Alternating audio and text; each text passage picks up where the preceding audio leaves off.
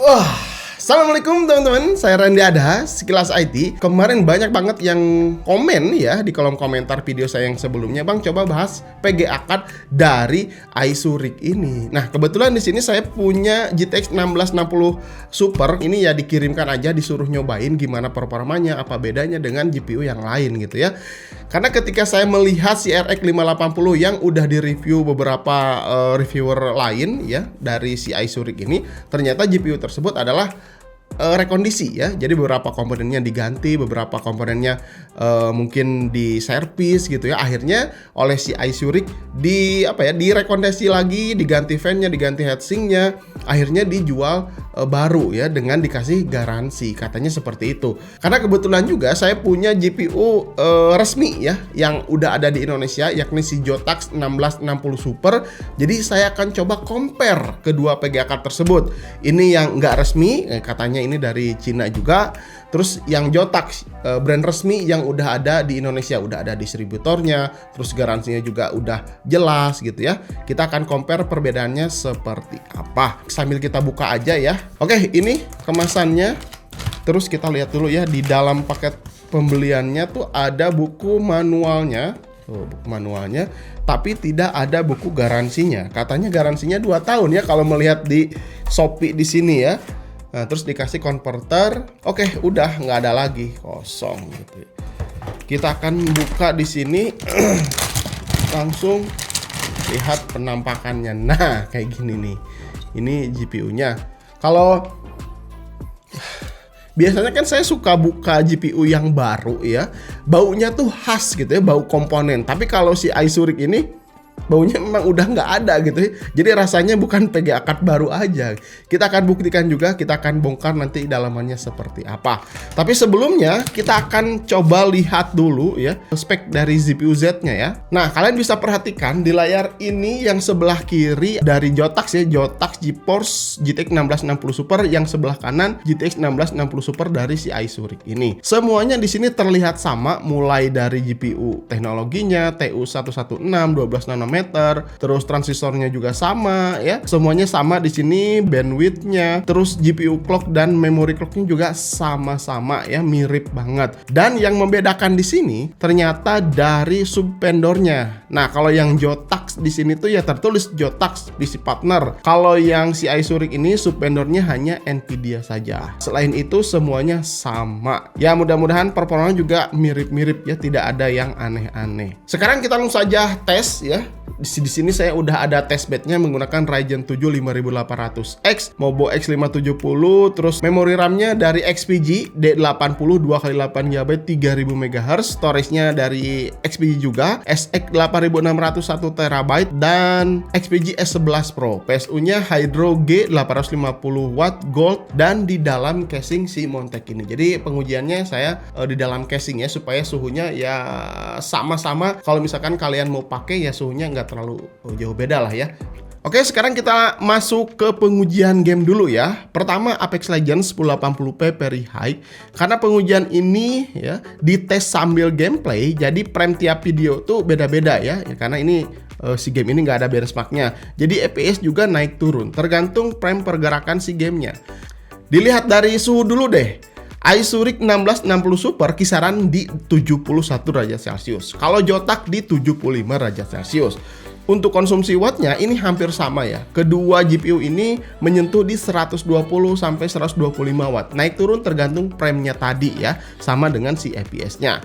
Lanjut game kedua ada Days Gone. Nah, ini nih kalian bisa perhatikan juga. Di sini saya juga pergerakannya hampir dimiripin ya, supaya hasilnya nggak terlalu beda. Hasilnya di sini masih sama ya, suhu yang membedakan, lebih adem si PGA iSuric ini. Sekitar 5 derajat Celcius lah lebih adem ya. Mungkin si fan-nya ini masih baru ya, masih bagus juga. Jadi memberikan performa pendinginan ke PGA lebih baik. Ya itu bisa jadi karena fan-nya. Atau memang si fan-nya ini lebih besar dari bawaan si Jotax yang dual fan ini ya. Ini sama-sama dual fan, cuman si Jotax ini fan-nya agak kecil. Terus untuk wattnya hampir sama lah ya, dan FPS juga sama. Lalu untuk kelancaran game di sini kedua GPU ini aman tanpa ada kendala apapun, renderingnya lancar, tidak ada drop FPS atau patah-patah, intinya mulus. Lanjut game ketiga. Nah, di sini sedikit ada perbedaan. Horizon Zero Dawn resolusi 1080p, presetnya Ultimate ya. Saya lakukan benchmark. Di awal-awal, nah kalian bisa perhatikan GPU Ice ini tuh agak telat render ya. Jadi di awal bangunan tuh si gamenya terlihat agak kosong-kosong gitu. Kalian bisa perhatikan sendiri, ya kayak gitulah ya, beda ya dengan si GPU Zotac. Tapi setelah masuk lewat jembatan atau mungkin sekitar 10% benchmark, mulai normal. Nah, sampai akhir juga normal, tidak ada yang telat-telat render atau tidak ada visual yang aneh-aneh lah. Semuanya lancar. Kan? Lalu kalau diperhatikan dengan baik, si konsumsi watt Ice ini sedikit lebih kecil ya, lebih irit dibandingkan si Zotac tadi ya.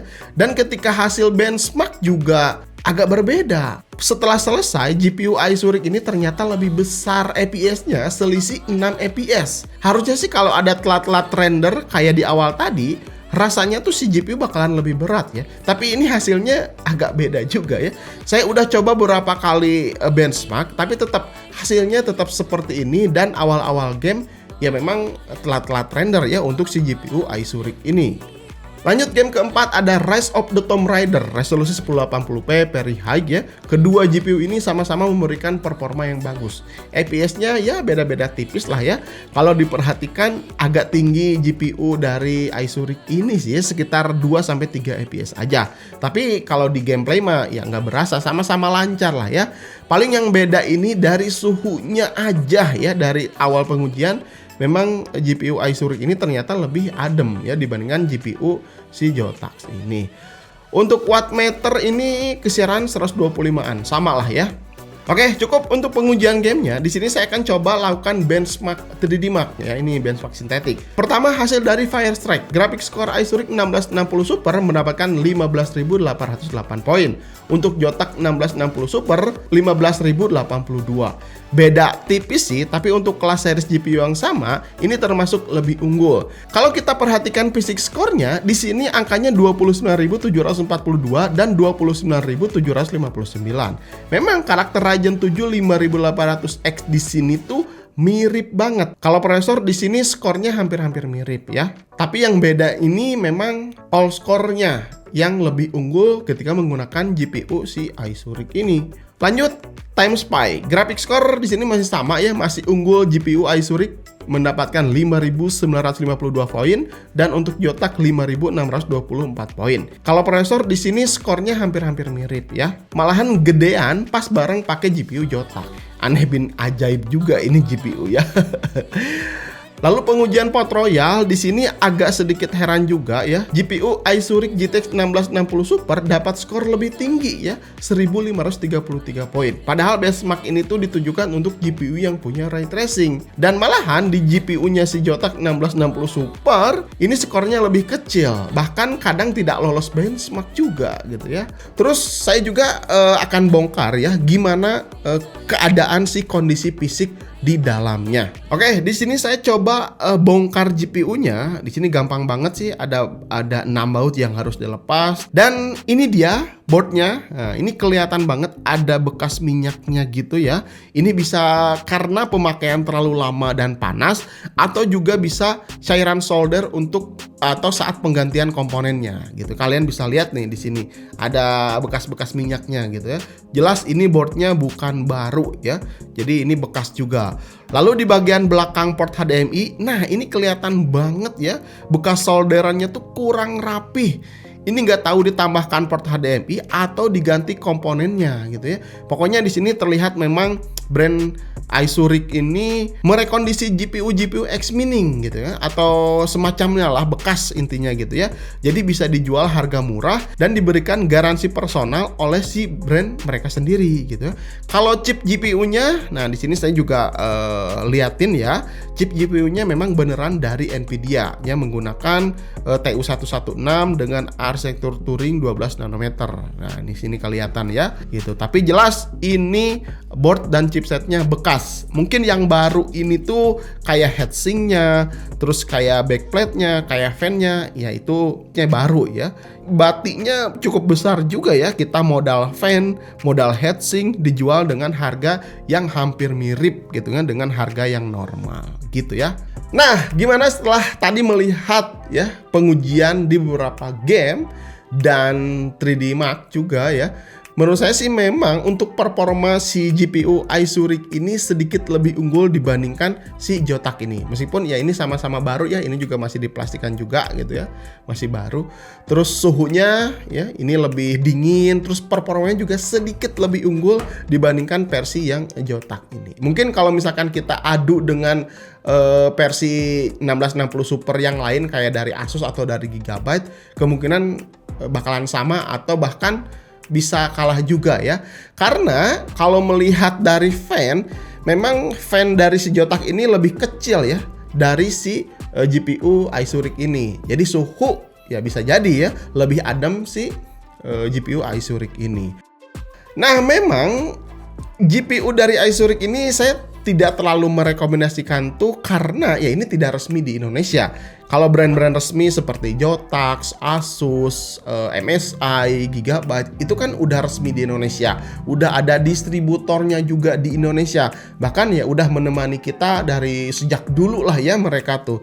Terus tiba-tiba datang GPU yang tidak resmi seperti ini ya, distributornya juga kita nggak tahu, nggak ada di Indonesia juga. Kalau mau klaim garansi gimana gitu, terus kalau mau ada kerusakan gimana kita juga nggak tahu juga. Tapi dengan harganya murah ya, orang Indonesia gitu kan, harga murah ya udah gas aja beli yang murah gitu kan, yang penting murah gitu. Si GPU Isurix ini tuh memang bukan GPU baru. Walaupun si Isurix ini mengklaim ya GPU ini baru, terus memberikan garansi selama 2 tahun ya. Ketika saya lihat di Shopee officialnya ada garansi 2 tahun, tapi dalamannya ini memang ya rekondisi ya. Seperti tadi kalian udah lihat juga ada beberapa chipset yang udah diganti baru, terus ada solderannya yang nggak rapi, terus ada beberapa korosi ya. Saya juga nggak tahu apakah si GPU ini bakalan bertahan 2 tahun kalau dipakai terus-terusan main game apa tidak. Ya mudah-mudahan kalau yang udah beli bisa bertahan ya. Tapi ya tetap kembali lagi ya, saya sarankan mending beli GPU yang resmi aja lah dari brand-brand yang udah ada di Indonesia distributornya gitu ya. Oke, gitu aja. Gimana menurut kalian tentang si GPU Isurix ini? Apakah worth it atau tidak? Coba komen di bawah gitu ya.